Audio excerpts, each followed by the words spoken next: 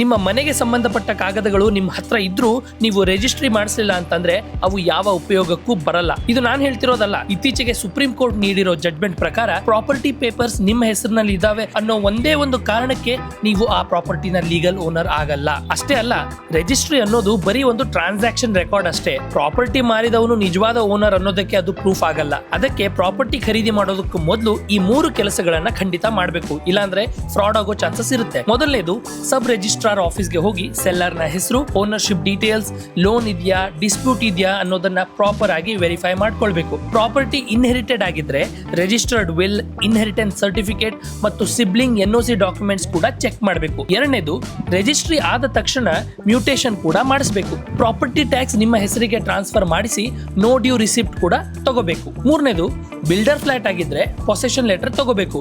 Electricity, gas, water ಮುಂತಾದ ಎಲ್ಲ utility bills ನಿಮ್ಮ ಹೆಸರಿಗೆ ಟ್ರಾನ್ಸ್ಫರ್ ಮಾಡಿಸ್ಕೊಳ್ಬೇಕು. ಅತಿ ಮುಖ್ಯವಾಗಿ ಈ ವಿಡಿಯೋನ ಎಲ್ಲರ ಜೊತೆ ಶೇರ್ ಮಾಡಿ, ಯಾಕೆಂತಂದ್ರೆ ಪ್ರಾಪರ್ಟಿ ಸ್ಕ್ಯಾಮ್ಗೆ ಯಾರು ಬಲಿಯಾಗಬಾರ್ದು ಅಲ್ವಾ.